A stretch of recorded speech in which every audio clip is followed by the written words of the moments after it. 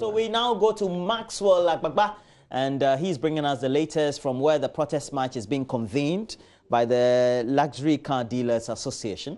And the protest march will be starting soon. Maxwell, you're in with the latest? Yes, Roland, as you rightly stated, we are here at a brass spot. In some minutes, the demonstration would be started.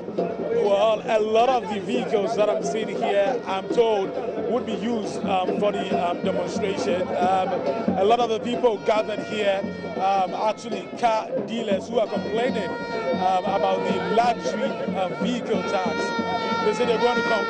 They said they're going to protest until the tax is removed. It's getting a bit noisy here, but I would be here, the president. I want to speak to him, sir. You're welcome to join me. Thank you very much.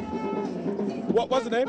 My name is Eric Watson. Okay. What is the purpose of today's demonstration? The purpose of this demonstration is that our brother Ken Furata went to Parliament. That was last year, mid-year budget, and they came out with a policy called luxury vehicle tax. And since this policy came out, our business is collapsing. So that is why vehicle and asset dealers, we came out with the demonstration. Well, if you talk about your business collapsing, in what sense is the business? In what sense? Like, we really want to understand this. Basically, we are car dealers, and some of our customers, if they came to our garages in terms of those vehicles, levy 3.0, 3.5, and then 4.0 liter, they said this engine capacity is every year is supposed to go and pay what they call 1,000 cedis and then 1,500 and 2,000. So they can't afford it. So they just went. And since then, our cars are bound in our garages, which they are not patronizing it. So our customers or our suppliers still demand the money from us. So that's why we are demonstrating to the world that our business is collapsing. Have you done a comparison for the sales of vehicles, below engine capacity of 2,950 cubic centimeters? I mean, for vehicles that are not covered by the luxury tax, how are sales for those vehicles also? Oh, actually, this interpretation is not soundable because somehow you can compare like Toyota pickup as a luxury vehicle. You compare with Bugatti, Ferrari, Martini, and whatever have you. So compare with those vehicles and those pickups, it's very difficult to understand this kind of policy. So that is why our business is collapsing, because some of our vehicles are rickety, and you can't even explain how it is since this policy came out. Okay, Presto, I'll come to you. I'll come back to you, but let me speak to the organizer also. There are some who are describing you as enemies of progress, because government has told us that it wants to widen the tax net. We need more taxes to be able to build good roads, to be able to build, to construct good roads, to be able to build schools, hospitals, and all of that. And what it means is that we have to widen the tax net, and these are some of the means to do that. But you are kicking against this policy. Yes. If he says we are enemies of progress, we're not. We're not in the sense that we are importers. And before you bring the car, before you import a car at the port, we already pay for this tax over there. That is when the car ranges from 2.5, 3.0, the duty is different. They've already added that money to the duty we are paying there. So if the car comes out and then you are telling us you are taking another levy on it again, it's like a fraud or something of that sort. That is the way I will consider it. And then again, if they are saying that we are enemies of progress, yes, they can say that. But we are doing it for Mother Ghana. Because you see, even the big men in the country, some judges, some police officers, what have you, it affects everybody. But it's just that, you see, because of our dirty politics, some big men are not coming out to say this. But it's like some of us, some big men do call us to tell us, look, go ahead, it's a good fight, do it till the government takes it off. So if they are saying we are enemies, yes, fine, they should just go ahead. We are stakeholders. So before you bring in such taxes, you should call us. Tell us, my brothers, this is what we want to do. What do you say? Then we say, oh, okay, no, scrap it off. Because let's find some other means. Yes, it is good. It is good we take taxes. Because without tax, I mean, you cannot build a nation. And one thing I want the government to understand is this. You see, they don't know in Africa. But for you to be a successful government or a president with your team, if you want to be successful, anytime you are governing the country, you involve businessmen. Without businessmen, you can never be successful. So if they are saying we are enemies of progress, you're saying that government did not consult you before implementing this? Is that what you're saying? At all. They did not. You were not consulted? Yes. And then when it came in, we have to write letters to the various organizations. I think some went to the presidency, the finance minister,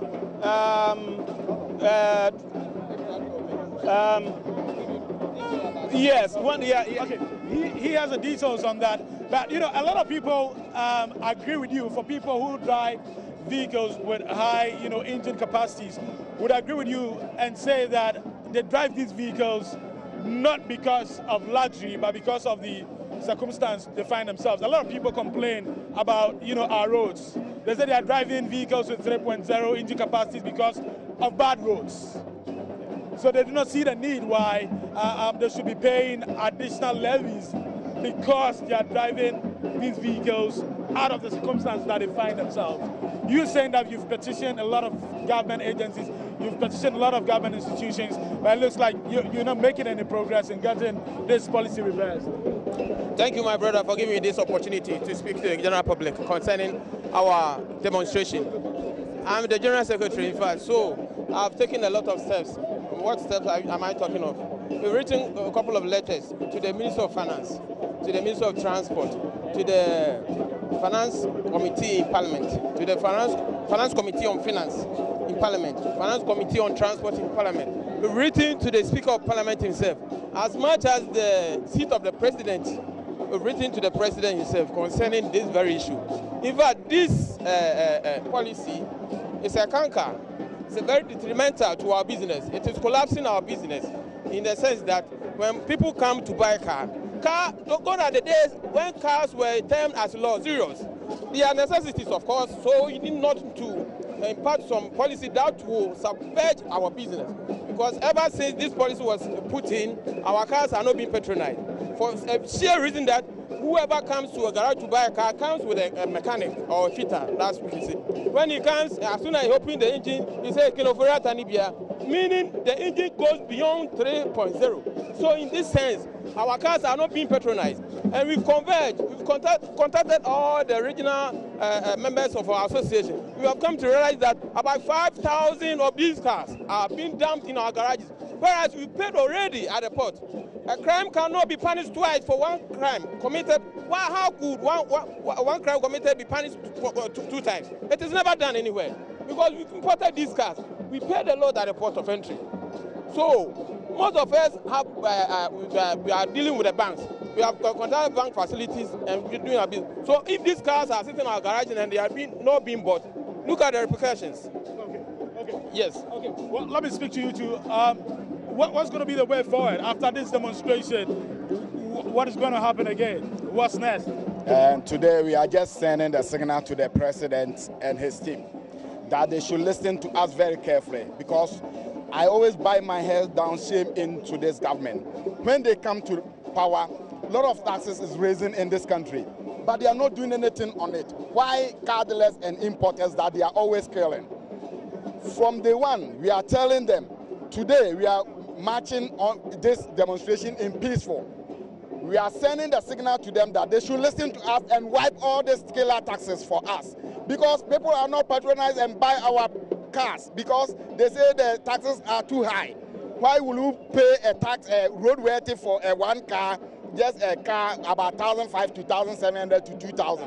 Sebi, it doesn't make sense. So I'm begging this government to reason up and listen to us. If not, the second demonstration, they should prepare themselves. If they did not listen to us, that one is going to happen in Kumasi, and we are sending it to them.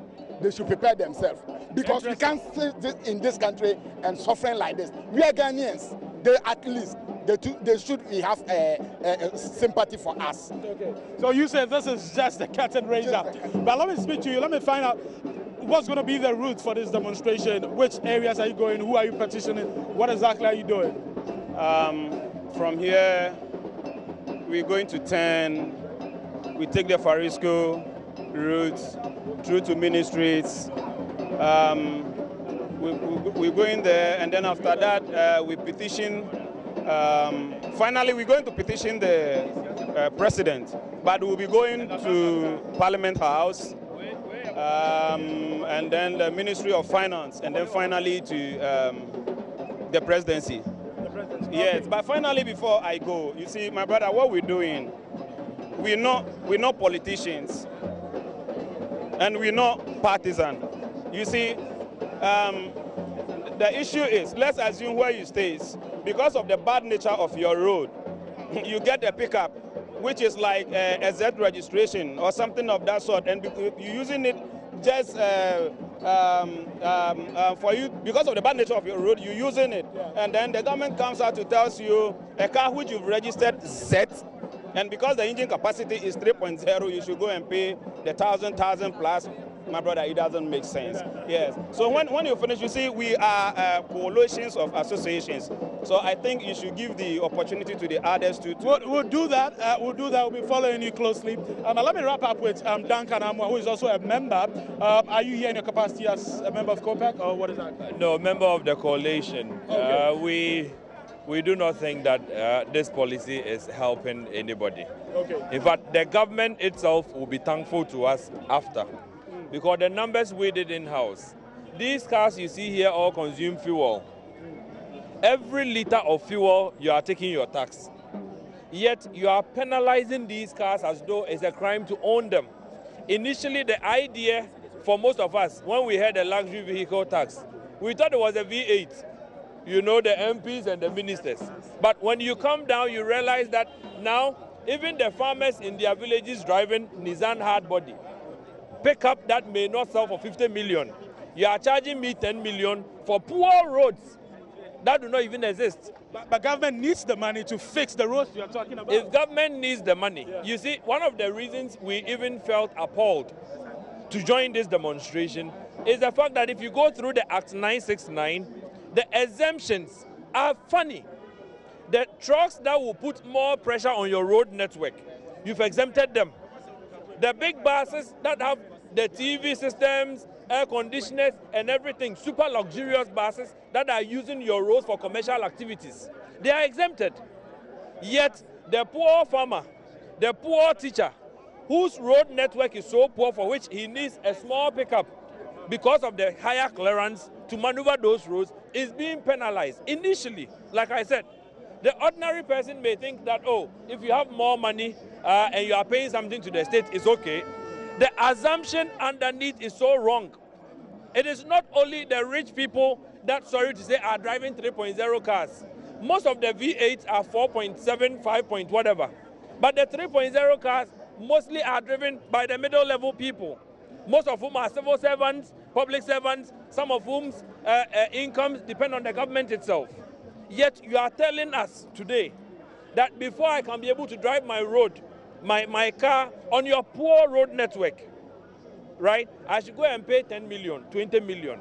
I don't know if the government had consulted broadly, it will still come to this decision. But clearly, 6 months after the implementation of this policy, we are all seeing the biting effect. And we think that the unintended consequences that government did not think through properly should be a guiding factor to the finance minister to rescind this decision immediately. You I'm sure, drive a vehicle with a high engine capacity. You see, tell me, personally, tell me your personal story, how this is affecting you. See, how is it affecting our incomes are almost fixed and static. The government believes that the very people paying taxes, who sometimes will drive these vehicles, should be surcharged for more. Now, what happens to companies that may own these vehicles, sometimes for their officials? You are taking more from them. Can they create more jobs? The answer is no.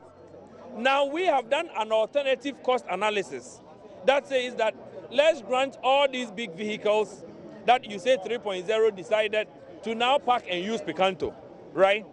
The revenue government itself will lose is enormous because one of these vehicles, the importation duty alone on this vehicle is enough to import about 20 Picantos. So the government is taking that money at the ports when I bring these vehicles. Now, it doesn't end there. When I go to DVLA, these cars will pay more already to the DVLA. The daily running of these cars, if it is a 3.0, Picanto is 1.0. What it means is that I may use 3 times what the Picanto will use. And so if there's 4 taxes on the vehicle, I am paying 3 times what the Picanto user is paying.